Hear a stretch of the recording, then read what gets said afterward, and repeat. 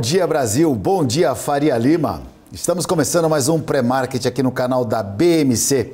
Sou Marco Prado e estou todos os dias aqui a partir das 8h30 da manhã de segunda a sexta-feira, trazendo muita informação de mercado financeiro para você, atualizando com o que está acontecendo no mundo e aqui no Brasil. Hoje a gente vai trazer a repercussão de ontem, Credit Suisse.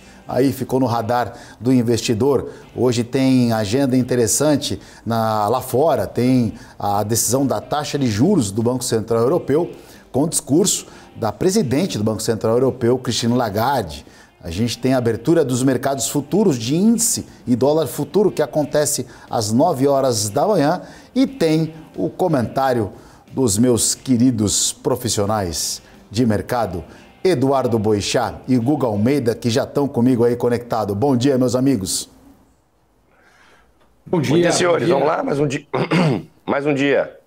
Vamos lá. Agarrei aí, pessoal. Aquele filme, Grande Demais para Quebrar, é isso que rolou ontem no mercado financeiro. O Branco Credit Suisse aí que trouxe alvoroço lá na manhã do nosso mercado aqui, despencava e ao longo do dia só teve notícia boa. Por enquanto, a gente aguarda mais notícias positivas, Edu. É isso mesmo que a gente pode aguardar? Porque, por enquanto, as bolsas operam com viés positivo.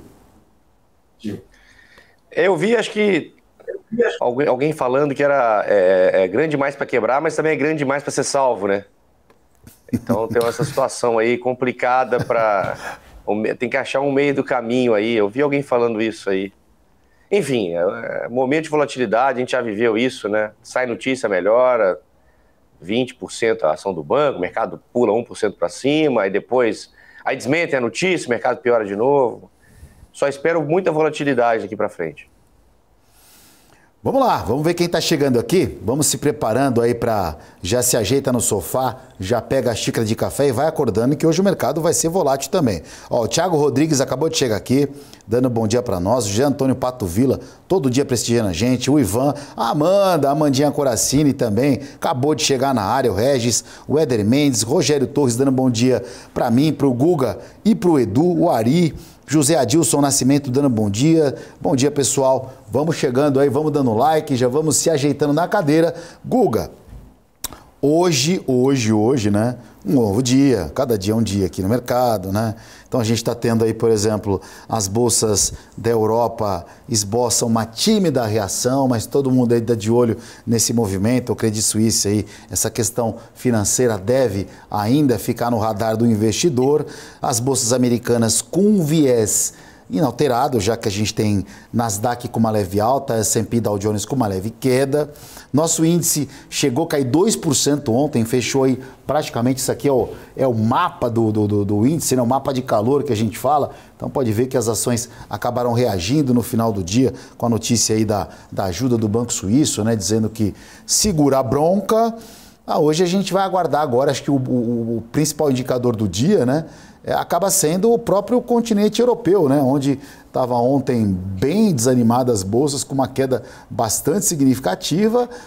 E tem a Lagarde hoje aí, logo mais, na agenda do dia aqui, que eu vou pegar o horário preciso, Guga, para a gente passar a informação correta. Eu acho que é 10h15 que sai a decisão da taxa de juros. É isso aí. 10h15, a decisão da taxa de juros nos Estados Unidos. A expectativa do mercado até a semana passada, era um aumento de meio ponto.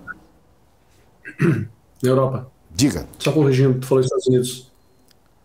Estados Unidos não, verdade. Obrigado, Guga. Por isso que o cara quando tá atento, Edu, é outra história. O cara acorda, já fez aquela academia, né? Já fez aquele trote da paquera ali, né? Aquele trotezinho maroto, já tá ligeirão. Obrigado, Guga. 0,5% de alta aí, a expectativa do mercado. É isso mesmo?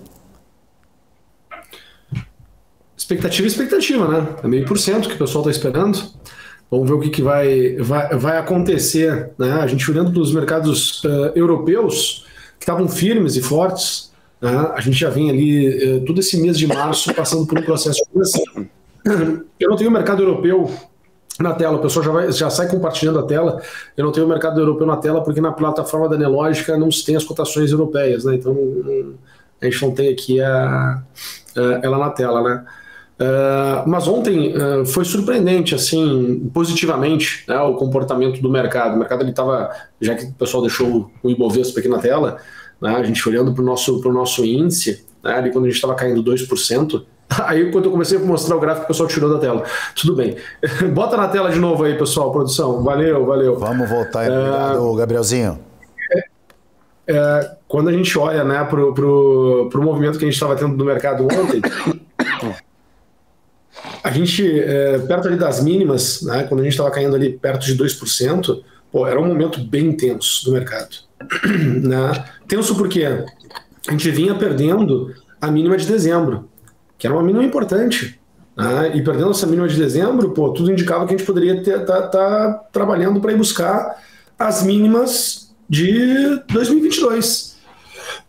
E nós chegando aí nas mínimas de 2022, né, o mercado iria se lembrar aí de um período com mais pessimismo, né? E a turma iria começar a olhar os objetivos do Ibovespa, né, mais lá abaixo, né? E os objetivos do Ibovespa, eles jogam para 90 mil pontos, jogam para 80 mil pontos, né, se o mercado ele resolver acelerar esse pessimismo, né? Obviamente que ontem, né, eu acho que muita gente teve que zerar suas proteções porque o mercado começou a respirar e respirar com muita força ao longo do dia. Quando a gente olha aqui quando a gente vai para o gráfico do índice futuro, né, a gente olha para o movimento do mercado, depois das 11h40 da manhã, o mercado ele foi, né, muito intenso, muito forte. Né, e quando a gente olha ali para as 2 horas da tarde, né, que entrou mesmo um fluxo mais intenso ali de compra, me parece ali que muita gente teve que começou a zerar suas proteções. Eu não vejo, né, um movimento de compra como sendo um movimento de gente que está se posicionando já agora porque acha que a bolsa estava muito barata ontem. Né? Eu acho que é muito mais aquele primeiro movimento que pode sim estar buscando, tá construindo o fundo, né? Talvez não vá para um patamar mais abaixo, pode sim estar construindo o fundo, mas esse primeiro fundo, esse primeiro movimento, ele é construído, né, pelo stop dos vendidos, pelo stop dos pessimistas, né? Porque o mercado ele não vai na direção que eles estavam imaginando, né? Não consegue ganhar novos patamares de preço, né? E aí tem que se estopar. E faz sentido isso acontecer, esse tipo de movimento, se a gente for analisar, né? É possível isso acontecer? Claro que sim. Por quê? Porque quando a gente olha para o Ibovespa, né? Quando a gente olha para o nosso Ibovespa e a gente para analisar, a gente está aqui desde a metade de junho em um processo de venda. Então tem pouca gente comprada, né? Tem pouco player grande comprado, né? Porque já está há muito tempo, o tempo importa, né? A gente não está caindo há meio ano, não, a gente já vem há muito tempo caindo. Né? Então acaba que a pressão vendedora acaba sendo por pessoas que estão pessimistas, que preferem, que estão vendendo, né? Montando posição de proteção, e quando o mercado ele não desenrola, porque não tem quem tem que se desfazer de posição, que é totalmente diferente do que aconteceu, por exemplo, em 2020, né? Que a gente estava com um mercado extremamente otimista, vem a pandemia, tu encara a notícia da pandemia, né, com menos pessimismo do que de fato acabou gerando, e isso obrigou, né, o mercado todo a ter que se estopar, se zerar, e isso gerou um efeito, né, cascata empurrando a bolsa mais lá para baixo. Né? Então, é interessante pensar dessa maneira, é interessante fazer esse tipo de raciocínio, né? Até para que, se por um acaso o mercado começar a melhorar desses patamares de preço, a gente não fique vendo barata voando, né? Assim, só teorizando, né? Não, a gente consiga se posicionar e consiga ter confiança em tomar posição e surfar um movimento de alta. Tá? Então ontem, quando eu olho aqui para o meu Ibovespa, né, chegou na região que eu imaginava a primeira região que poderia chegar. Eu acho que para ter uma vantagem, né, na compra, eu queria que fosse para um degrau ainda mais abaixo, eu queria que perdesse os 100 mil pontos, fosse a 97, 140, né, mas o mercado reagiu muito forte. Tem que ver aí como é que vai se comportar hoje, amanhã, segunda-feira, né, para ver se ele vai conseguir de fato começar a respirar, né, em algum momento aqui, ou a gente vai perder força e vai continuar indo para um degrau mais abaixo. Acho que a decisão aí do Banco Central Europeu aí vai ser interessante para a gente ver o movimento do dia. Exatamente, o Guga, que você falou, no momento de crise que a oportunidade aparece, né? Acho que As grandes chances aí são nas distorções de preços de ativos aí nesses momentos conturbados. Aí é tomar um pouco de risco e surfar uma grande oportunidade, como você falou. Ô Edu, eu tenho só dar um chat aqui rapidinho, já passar para o Edu, eu queria compartilhar com ele uma coisa. Ó, o Devani chegou agora com a gente, o José Carlos Mendes, primeiro dia com a gente aqui, seja bem-vindo, vai aprender bastante com certeza. Os caras são feras, o Leonardo também chegou aqui também, o Edésio Trindade, galera tudo chegando, dando um bom dia para nós. O William também Oliveira. O Edu, você sabe que essa posição que você gosta de fazer, de compra-compra, né? Ela acaba repercutindo no modo geral, porque quem assiste a gente começa a avaliar esse tipo de operação.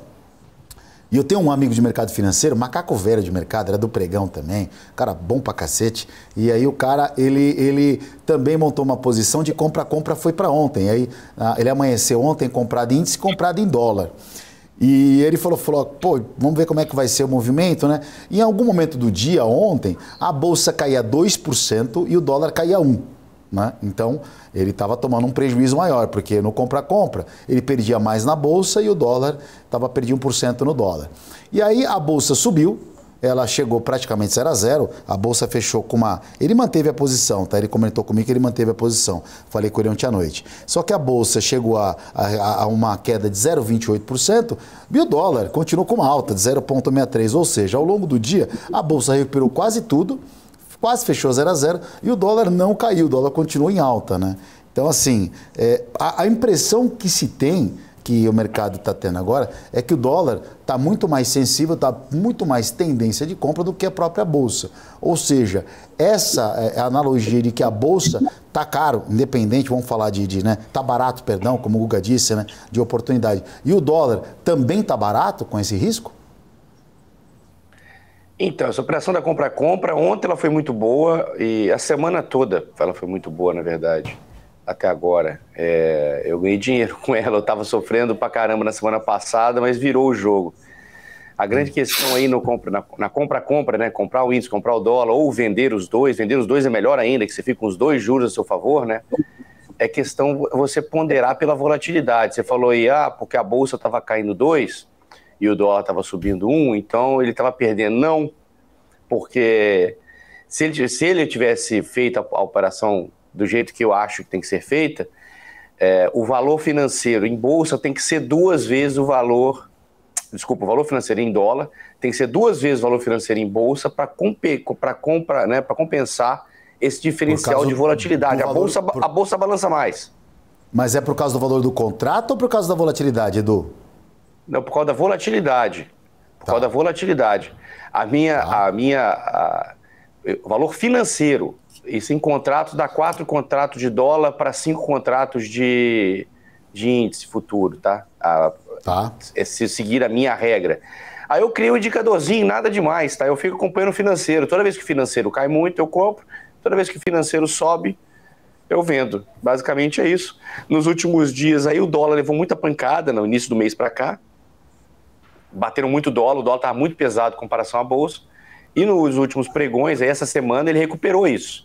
O dólar subiu e a bolsa não caiu tanto, né? Não caiu tanto comparativo com o dólar. Então, é uma operação que eu tenho feito já há algum tempo e tem tido bons resultados aí. É um negócio legal para o pessoal acompanhar. No mínimo, o trader não precisa nem operar, mas ele tem que acompanhar isso, né? Porque tem distorção, tem momentos que o dólar está muito amassado, não vale a pena você ficar vendido no dólar, por exemplo, no momento que o dólar está muito amassado, e esse tipo de operação ele te mostra que o dólar está muito pressionado. Exato, é interessante aí, para quem sintonizou agora aí, acabou de chegar, essa operação que o Edu vive cantando para nós aí, que ele executa bastante, uma operação realmente assim, a se acompanhar, bastante interessante. O Guga, que é um cara tradutor aí de livro, de setups, de operações, o Guga tem umas estratégias muito malucas aí que ele já compartilhou algumas vezes comigo nos bastidores. Eu não consigo acompanhar com o raciocínio, é complexo. Ousado. Para resumir alguma coisa, é ousado. Guga, aquela estratégia maluca que você tem lá, não dando setup, não dando call para ninguém, essa não é a ideia, né? É compartilhar experiências. Eu não entendi, cara. Isso foi uma pergunta, foi um comentário? Me traduz aí que eu fiquei perdido. Vocês começaram a falar umas coisas, eu fiquei viajando aqui. Pô, vou falar uma bobagem, não posso falar bobagem. Pode. Você pode ouvir. Na verdade, eu só cruzei a bola para você cabecear, cara. Eu queria que você... Você lembra que a gente estava... Você falou daquela... Você traduziu ali, você conheceu um cara que tinha uma estratégia. Como é que era o nome que você falou para mim, cara? Você que se lembra disso? Delta Vega Neutro? O cara operava Delta Vega Neutro. É isso aí. Aí são as gregas.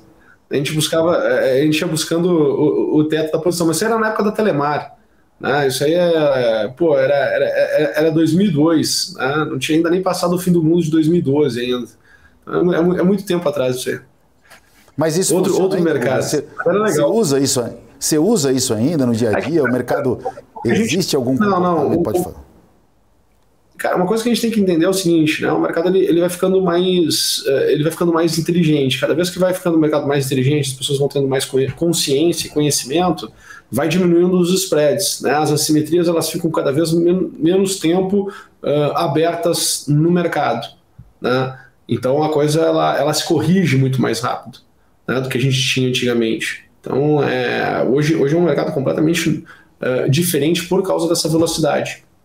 Algumas pessoas tentam automatizar, né, esse processo, mas está tudo tão rápido, né, que tu acaba não conseguindo ter volume, né? Também uma das coisas importantes no mercado é tu conseguir ter um mercado que absorva o volume financeiro que tu precisa operar.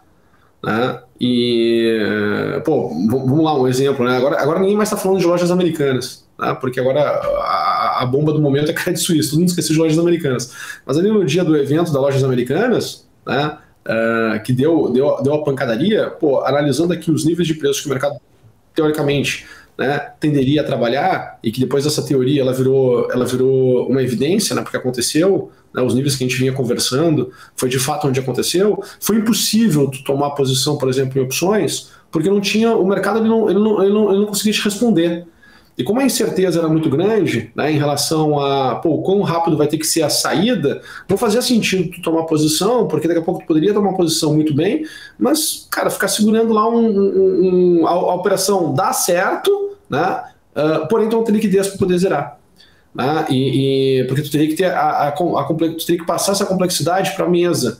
E tu não sabe lá na ponta da mesa se o cara que está lá falando contigo tem capacidade, né, tem até a sofisticação para poder zerar a tua posição, ou vai ter que falar com o seu superior lá para poder zerar a tua posição, e aí vira uma bagunça. Né? O mercado brasileiro não é tão sofisticado quanto o mercado americano, por isso também ainda não tem tanta liquidez, e aí acaba que tu tem que saber muito bem dizer não para algumas situações, né? Eu acho que analisar o risco não é só uma análise de risco em relação a preço, mas também tudo que está envolvendo aquele mercado, né, para poder operar bem.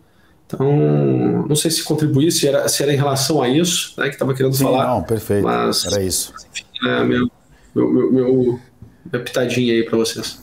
Não, era isso. E você entrou num assunto interessante que eu queria perguntar para o Boixá, mas antes eu queria falar que saiu o IGP-10. O IGP-10 que saiu pela manhã, ele avançou aí 0,05 em março. A projeção era 0,08. Então o IGP veio um pouquinho abaixo da expectativa, IGP que é o índice aí de produtos e mercadorias. Ô Edu, sobre o que o Guga está falando ali, né? Você que opera há tanto tempo, mudou muito a forma de você operar? Ou ela muda constantemente? Porque a minha, particularmente, eu acho que assim, eu tinha um padrão mais ou menos operacional que eu acompanhava durante um período. E aquilo foi diminuindo. Hoje, cara, cada operação é uma cabeça, cada operação é uma coisa.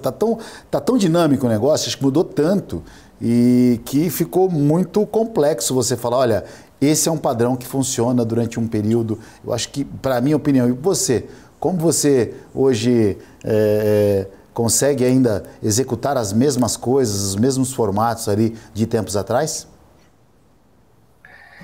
Cara, eu já tive vários momentos, mudo sempre. O período institucional, né, que eu tive na minha carreira, mas é verdade, o mercado muda e eu mudo junto. O período institucional que eu tive na carreira, eu ligava muito pouco para gráfico. Na verdade, quando eu trabalhava em grandes instituições, em tesouraria de banco, em fundo, a gente era o gráfico, né? Então, quando a gente entrava para fazer uma operação, a gente mudava o gráfico, a gente, né, Então, ficar analisando o gráfico era um negócio que parecia meio bobo, assim, na época. Quando você é menor, o gráfico passa a ter um pouco mais de sentido, né? Porque você não está vendo o fluxo, você não vê os clientes se posicionarem, você... Né, tesouraria de banco tem grandes... Né, os clientes entram com operações grandes e eles distorcem o mercado. E você vê eles fazendo isso. Né? Tá na tua frente ali, o fluxo está na tua mão. Né? Fora dessas grandes, né, dessas grandes instituições, fora dessas grandes operações, trabalhando de fora, você vê que os caras estão fazendo, pela minha experiência anterior, né, eu sei que está acontecendo alguma coisa, eu sei que alguém está fazendo alguma coisa, e aí o gráfico passa a ter vantagem. Né? Você enxerga no gráfico, você enxerga que tem volume, você vê que alguém está preocupado em fazer alguma coisa naquele momento determinado ativo, entendeu? E aí o gráfico passa a ter vantagem. E mesmo a análise de gráfico, ela não pode ser tão estática, na minha opinião, porque tem coisas que funcionam hoje, tem coisa, aí para de funcionar por um período. Você fica um período sem aquela coisa está funcionando, você não pode ficar simplesmente perdendo dinheiro durante muito tempo, insistindo numa coisa que não tem funcionado tão bem. Então, tem que buscar alguma coisa nova. Eu acho que a única coisa que mantém ao longo do tempo, né, a única coisa que realmente o trader tem que manter ao longo do tempo é a disciplina com o seu gerenciamento de risco. Né? O cara tem que ter os seus stops muito bem definidos, né, vai fazer a operação, vou aumentar em algum lugar? Vou aumentar em algum lugar. O médio, né? O médio faz parte da minha operação, ele está na minha estratégia, eu vou aumentar aqui, ó. Eu não estou aumentando aqui só porque eu estou perdendo, sabe? Eu vou aumentar aqui porque faz parte da minha... Eu comprei menos do que eu queria no início, porque se fosse contra mim, eu tinha mais bala para poder aumentar nesse outro preço aqui, e eu tenho outro stop nesse outro preço aqui. E para cima a mesma história, né? Estou ganhando, onde é que eu vou fazer as parciais, até para poder fazer uma parcial, e se o mercado voltar, eu ter fôlego para voltar com a posição de novo. Então é uma série de coisas que a gente vai fazendo ao longo do tempo, e isso eu acho que não pode mudar. Né? Isso eu acho que não pode mudar. Você tem que ter um gerenciamento de risco muito bem feito, muito constante, testado, sabe? Já perdi dinheiro desse jeito, já ganhei dinheiro desse jeito. Quando eu perdi menos do que quando eu ganhei. Disciplina. A disciplina é a única coisa que eu acho que não pode mudar nunca durante a trajetória de qualquer cara que opera o mercado, de qualquer trader. Legal, viu? Obrigado pela compartilhar. E o Robson aqui no chat, falando que dá dinheiro da galera, não fala. Esses traders ou enganam sardinha ou vendem cursos. Respeito sua opinião, mas o último salário que eu tive na minha vida como funcionário foi em outubro de 1999.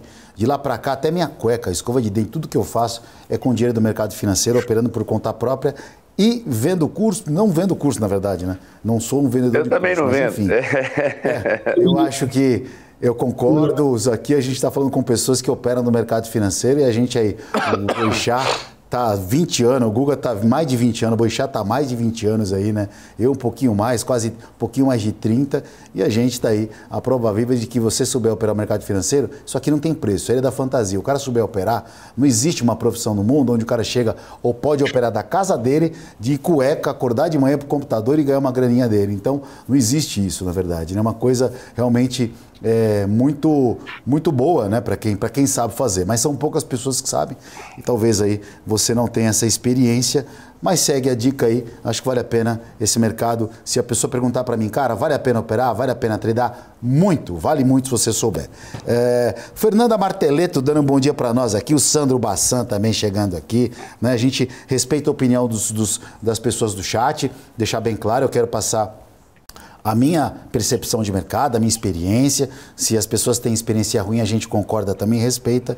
E estamos aqui justamente, né, toda manhã, toda segunda, sexta-feira, o Edu e o Boixá trazendo justamente informação para que você opere e tenha bons resultados no mercado. Esse é o nosso objetivo. Guga, hoje o que você vai olhar no mercado aí? Qual vai ser o ativo? Vai olhar algum setor específico? Vai continuar olhando o de sempre? Algo a acrescentar aí para um operacional num dia de hoje, pós-credite? Cara, vamos lá, né? Desde do ano passado, eu falava desse ano, né? Em relação a... tô muito líquido, Tá? Minhas operações elas são muito pontuais, muito curtas, dentro do cenário do momento, né? Muito focado em índice. Eu não sou um apaixonado pelo dólar, né? Eu gosto muito mais de operar índice, foi minha história toda. Então, estou olhando assim para os meus pontos aqui de índice, obviamente. Né? E estou esperando que, pô, ontem eu tava mega feliz, assim, que o mercado estava acelerando para baixo, né? Tava acelerando, falei assim, puxa, cara, vou poder fazer aquela minha posição onde eu não vou comprar as ações, mas vou comprar as opções, né? E aí surfar o movimento de alta nas opções, né? Com pouca exposição de capital, né? Mas com um grande upside, né, podendo aí ter um belíssimo do retorno, ainda mais se o mercado for com um degrau abaixo, com essa atmosfera de que a bolsa está barata. Né? Então imagina, você tem uma atmosfera de bolsa que está barata, uma grande margem de segurança para comprar ativos, né, mais batidos em função de algum erro de momento de mercado. Pô, o respiro do mercado tenderia a ser muito forte e isso traria um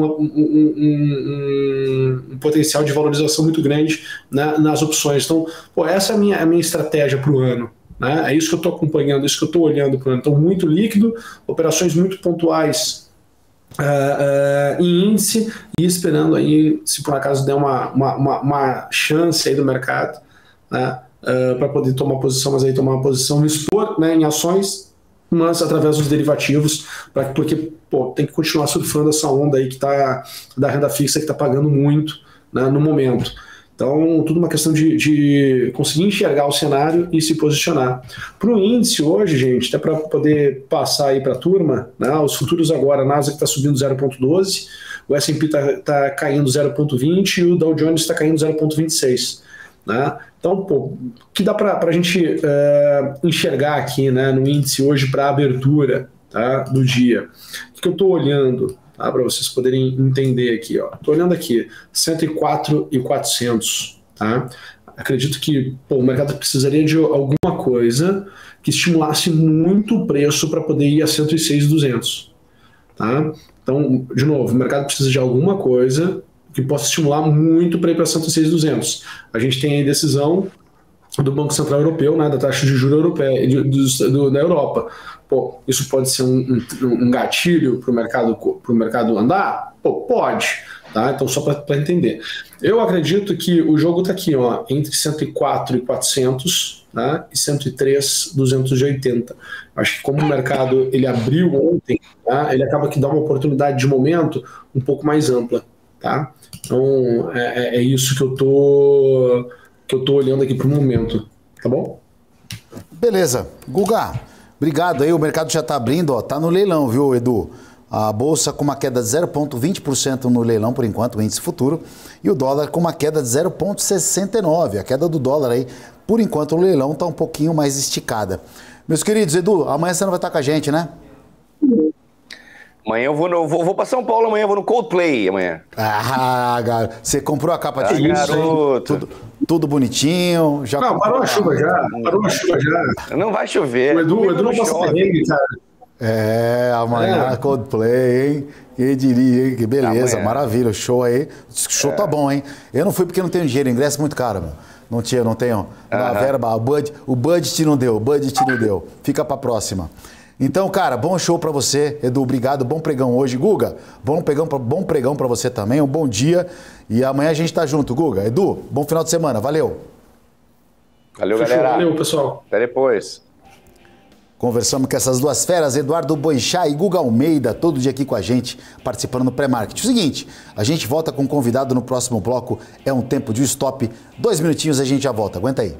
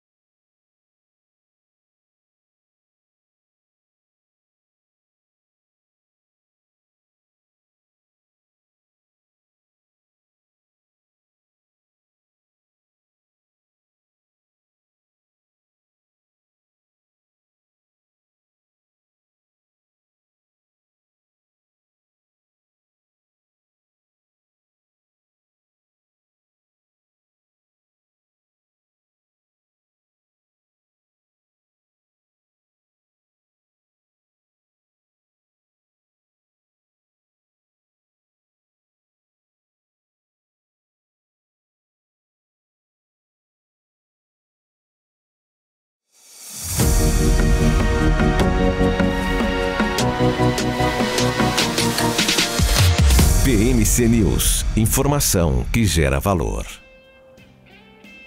Muito bem, muito bem. Estamos de volta aqui com a segunda parte do pré-market. Você que sintonizou agora, ó, a bolsa já abriu aqui os mercados futuros da nossa bolsa, né? A papelada abre às 10 horas.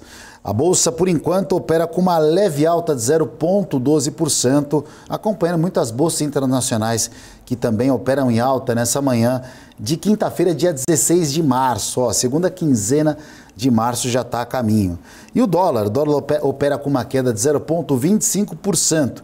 Tivemos o IGP-10, saiu o número aqui às 11 horas da manhã, veio um pouquinho abaixo da projeção, a expectativa era 0,08, veio 0,05. E as bolsas internacionais aí operam de forma mista após um dia depois do final do mundo ontem, né? E hoje a gente está aqui com dois convidados que vão trazer informações aí, uma informação macro, principalmente lá de fora, que tem uma experiência, uma bagagem muito grande de cotações internacionais. Eu estou recebendo aqui no pré-market o Guilherme Silveira e o Lendel Lucas participando nessa manhã. Bom dia, muito obrigado pela participação de vocês. Bom dia, Marcão. Obrigado por ter...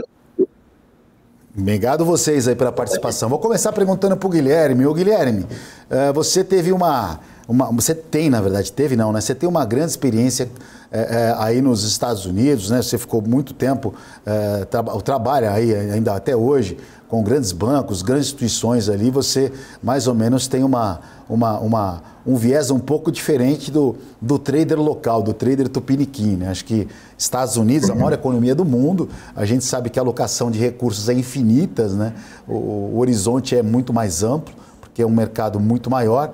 Hoje, nesse momento aí, qual é a sensibilidade do americano em relação, não ao Brasil, em relação ao próprio mundo mesmo? Porque quando a gente olha de economia, a gente olha para fora, né? O brasileiro, naturalmente, um país pequeno, né? Um país subdesenvolvido, fala, olha como é que tem a economia americana. E o americano, o que ele olha? Ele vai olhar o quê para investir aí no momento de turbulência que a gente está vivendo? Bom, são alguns fatores, né, Marcão? A gente costuma dizer que o americano não via um cenário como esse desde final dos anos 70, começo dos anos 80, onde se sentia tanto no bolso, né, um impacto inflacionário, né? A gente viveu aí um período de incentivo monetário, né, para aguentar aí a pressão da pandemia. E o efeito veio, a gente conviveu aí com uma inflação, chegou aí a bater 9% no ano passado, e o americano sentiu no bolso. Então, hoje o que se fala no mercado local é muito da inflação, não só para efeito de investimento, né? A gente viveu aí uma queda no mercado acionário por conta dessa inflação rápida e o Fed tendo que atuar com uma agressividade na mudança na taxa de juros, mas se sentiu no bolso também, né? A gente que vive aqui, que mora aqui, sentiu no bolso e era algo que o americano não estava acostumado, né? Viveu-se muitos anos com juros a zero, com uma facilidade muito grande para pegar empréstimo, para conviver com facilidade de acesso a bancos, e hoje o que se vê é bem diferente. Então o mercado está bem tenso, realmente, e essa semana aí a gente tem visto um pouco mais do efeito desse incentivo monetário aí agora nos bancos, né? Com a questão do Silicon Valley. Então, o mercado por aqui tá bem tenso, viu, Marcão?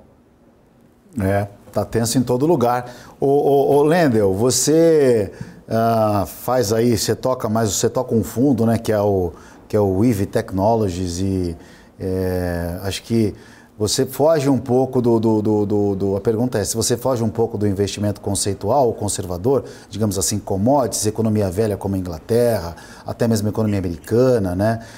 Ou você enxerga oportunidades em ativos novos, como startups? A gente tem a Nasdaq aí se despontando, criptoativos, uma série de outros investimentos. Eu acho que você está mais conectado com esse universo e você consegue fazer uma transição e um resultado muito bom aí, diga-se de passagem, do próprio fundo que você administra, com esse tipo de segmento. Então, até hoje, mesmo num momento turbulento, como o Guilherme disse aí, que o mercado americano vive um momento diferente, atípico, como você enxerga a possibilidade de investimentos? Você acha que esses novos ativos, esses movimentos mais recentes de tecnologia ainda são momentos de grandes oportunidades, mesmo em uma crise financeira americana, se acontecer também, né?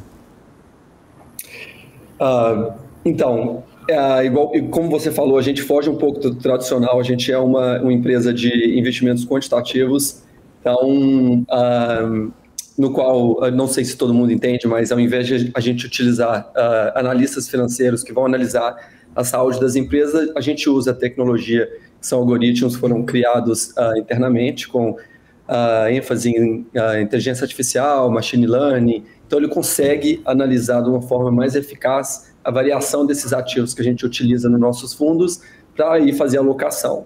Então, hoje temos os fundos são todos ativos líquidos, na verdade. Então, trabalhamos com IBRX 100 no Brasil, criptoativos nos Estados Unidos e no Brasil, e estamos desenvolvendo também, abrindo um fundo do Nasdaq nos Estados Unidos. Mas, então, respondendo a sua pergunta, o Brasil ainda está muito no começo dessa questão de fundos quantis. Nos Estados Unidos e global, isso representa 8 dos 10 maiores hedge funds nos Estados Unidos, que são os fundos multimercados dos Estados Unidos. Eles são quant, e no Brasil ainda representa só 1%. E esses fundos quantis, globalmente, ele tem tido um resultado muito melhor do que os fundos tradicionais. Então, a expectativa é que isso comece a crescer ainda mais no Brasil, porque no Brasil ele sempre demora a chegar um pouco mais do tudo que acontece nos Estados Unidos. Então, a gente vê que vão começar uma alocação maior nesse mercado de fundos quantis. É isso que a gente espera, uma alocação maior, porque esses fundos conseguem flutuar essas crises e esses mercados melhor do que os fundos tradicionais. Ô Guilherme, você que aloca aí grandes fortunas aí de family offices, né? Você que dá um direcionamento, aí as pessoas buscam você para esse tipo de consultoria, digamos assim, né? Ô Guilherme, onde eu aloco meu dinheiro, né? O que eu faço? Com esses juros altos aí, no mundo inteiro, né? Vamos falar nem Brasil, tá? O Brasil aqui está 13,75, a gente está falando Estados Unidos, daqui a pouco a Lagarde, presidente do Banco Central americano, ela deve dar um aumento de 0,5%, a expectativa do mercado é que lá na Europa os juros fiquem 3,5%, que para eles é bastante coisa. Estados Unidos, semana que vem, 0,25%, talvez venha lá o Powell de 0,25% nos Estados Unidos. Então, assim, o atrativo continua sendo a renda fixa, ou as pessoas querem mesmo assim buscar outros tipos de investimentos. Então, você fala para o cara, olha, vai para a renda fixa que está dando um juros ainda alto, né? Ou não, ou vamos tentar surfar aí, porque existe mesmo com a turbulência algumas oportunidades. Como é que você direciona essas grandes fortunas? Claro, Marcão. Bom, primeiramente, como você sabe, o nosso trabalho como gestor, tudo depende do perfil do cliente, né? Obviamente, existem perfis dentro da nossa carteira um pouco mais agressivos, mas mesmo esses a gente está direcionando muito mais para o lado da renda fixa. Como eu te mencionei anteriormente, a gente não via um cenário de juros tão agressivo desde 79, 80, e obviamente, como em toda crise, aparecem oportunidades, né? Então, hoje, papéis com alta qualidade de crédito nos Estados Unidos, que antes a gente via aí pagando um yield de 3%, 4%, chegam aí a próximo a 7%, 7,5%, com uma qualidade de crédito muito alta, né? Papéis de grandes empresas americanas, um pouco na curva um pouco mais longa, né, Marcão? Como você sabe, a curva mais longa, ela tende a sofrer um pouco mais quando a inflação e a taxa de juros começa a mover um pouco mais agressiva. Então, papéis aí com vencimento de 8 a 10 anos acabaram sofrendo um pouco mais, e são esses papéis aí que a gente está alocando no lado da renda fixa, mas sempre buscando muita qualidade, né, Marcão? Acho que o que aconteceu essa semana, tanto com o Credi quanto com o Silicon Valley, nos mostrou que a gente tem que estar em qualidade de crédito alta, tá? Então não adianta tomar risco também no crédito.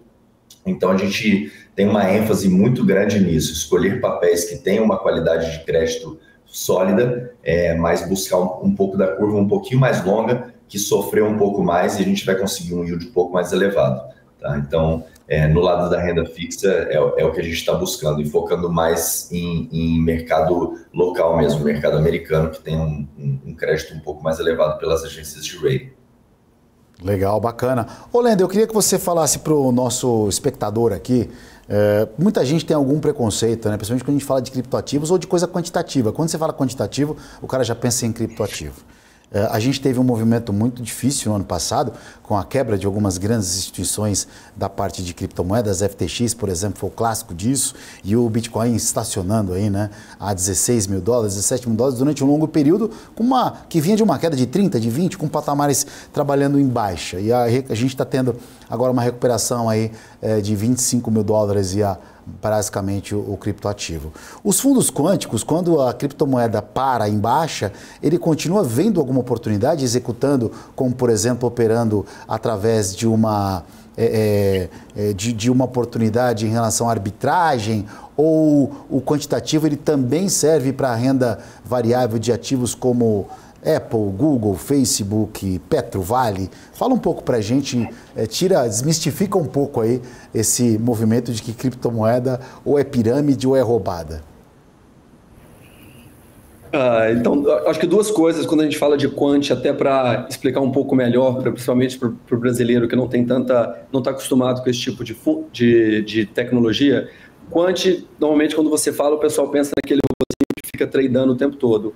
O nosso, ele é um quant de baixa frequência, que significa que ao invés de ficar tradando o tempo todo, ele fica analisando todas as informações das empresas. O principal input é preço e leva também em consideração alguns indicadores econômicos, indicadores macros, e ele faz essa análise e faz a alocação dele com rebalanceamento uma vez a cada mês. Em relação a cripto, primeiramente, tudo que aconteceu, isso vem acontecendo em todos os ciclos do Bitcoin.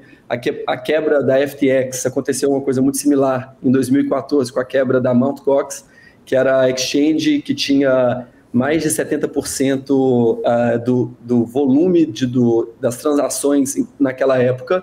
Então, da FTX, na verdade, foi muito menor. E na questão do ciclo do Bitcoin, que dura mais ou menos 4 anos, o ano passado era esperado para ser um fundo, uma época de bear market, um mercado de baixa, e a queda e tudo que aconteceu era bem esperado. Então, para quem já acompanha o mercado há muito tempo, não foi muito novidade, acaba acontecendo essas quebras mesmo, porque é um mercado novo, a tendência é que no futuro essa volatilidade, o risco comece a diminuir.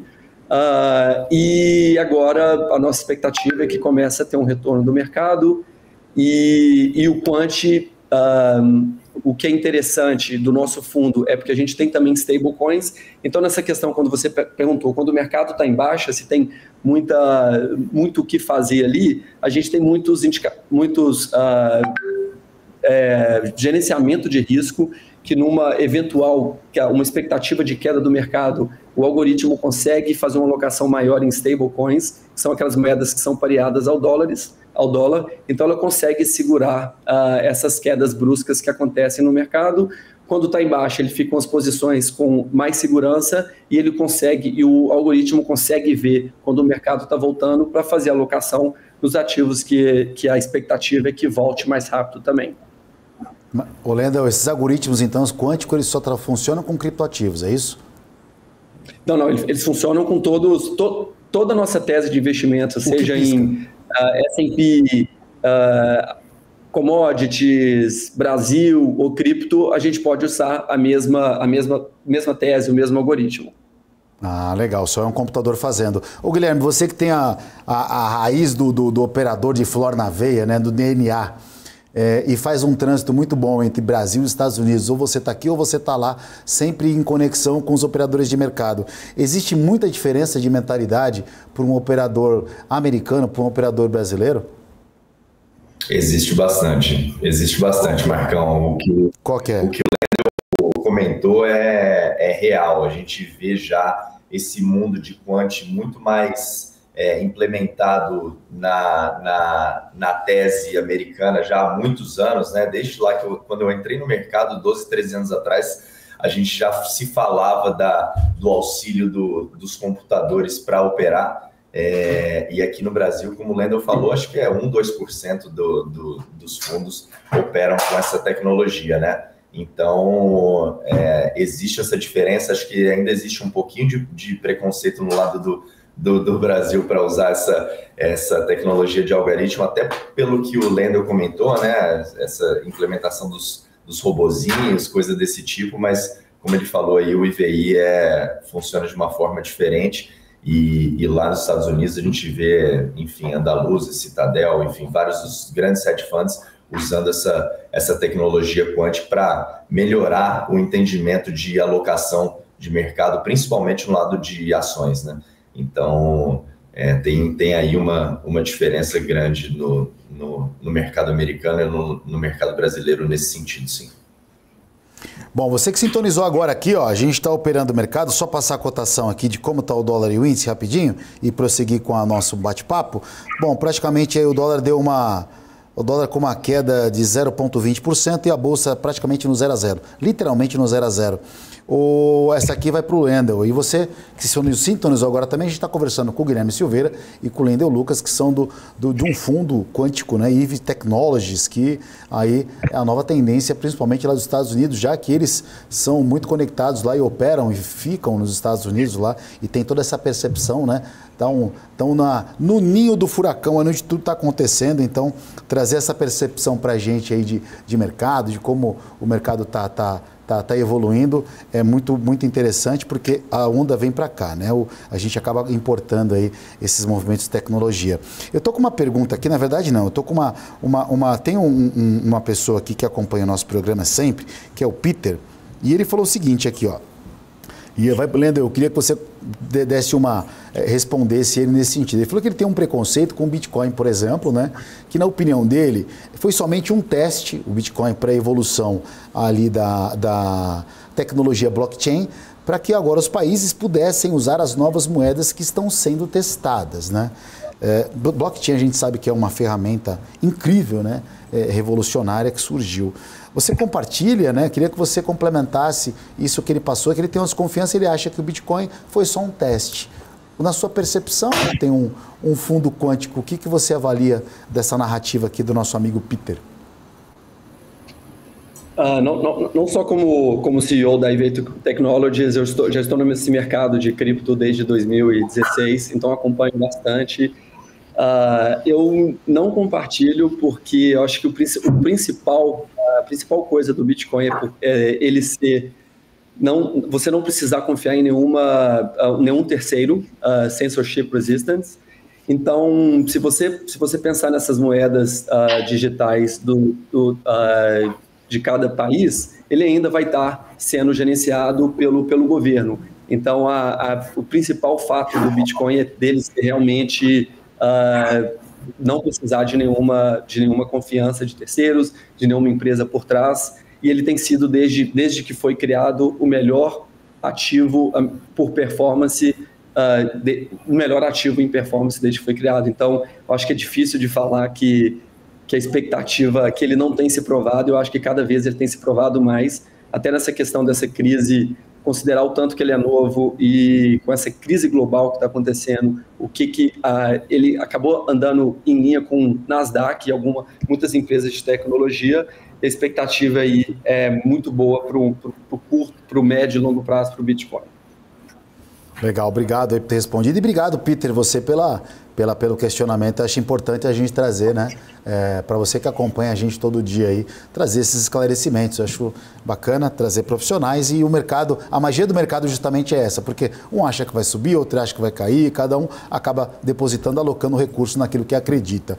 Ô Guilherme, para a semana que vem aí, queria falar um pouquinho, que você que está no epicentro aí, para a semana que vem, 0,25 o Powell manda, 0,50 não manda nada. O que o pessoal, os operadores de mercado americano têm se mostrado referente aos juros nos Estados Unidos que sai na próxima quarta?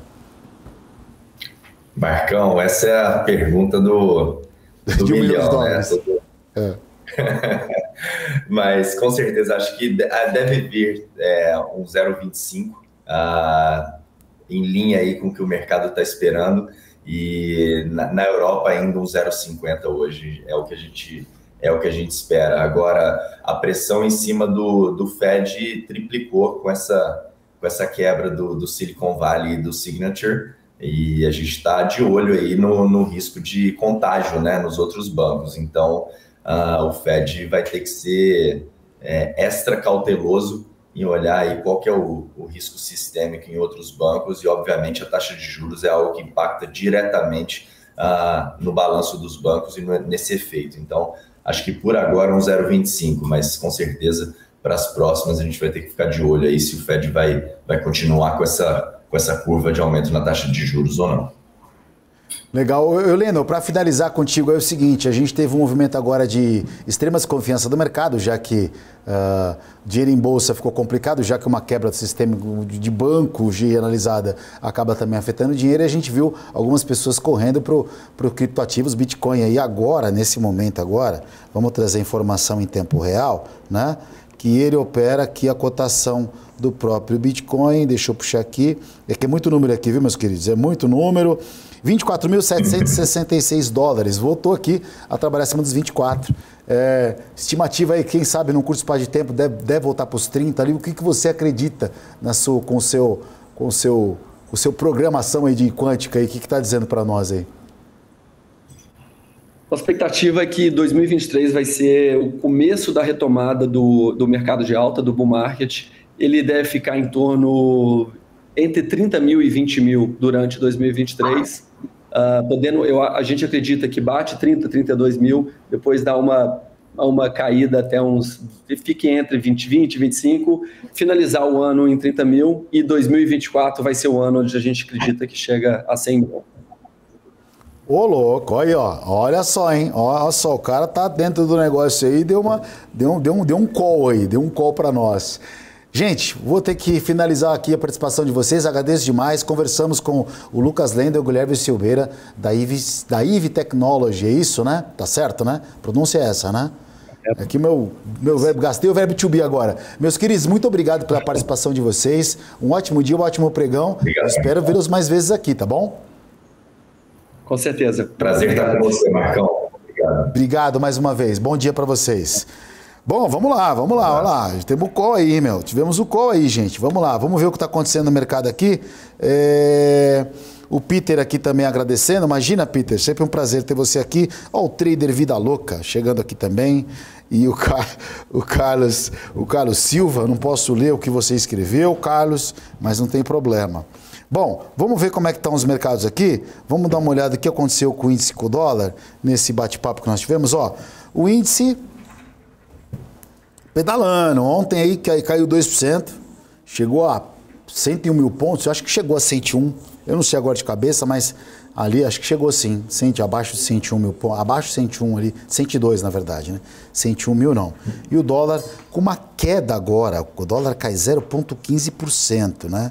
Então o dólar índice para baixo, aquela compra lá não está muito boa hoje não tá dando bom não. O mercado está realmente aí cambaleando nessa abertura.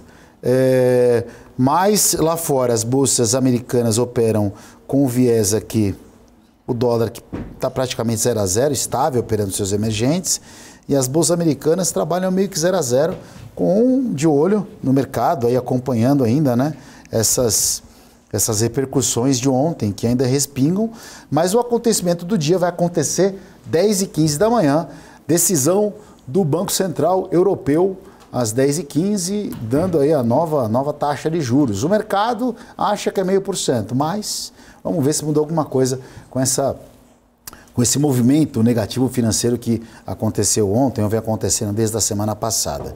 Você vai saber esse número aqui no BMC News, vamos trazer em primeira mão para você. E o discurso da presidente do Banco Central Europeu, a senhora Christine Lagarde, também é o driver do dia. Bom, eu vou encerrando por aqui hoje. Amanhã a gente volta com mais pré-market. Vocês continuam agora com a Paula Moraes e com o Felipe Nascimento, bastante informação de mercado financeiro. A todos um ótimo pregão, um bom dia. Voltamos amanhã. Valeu!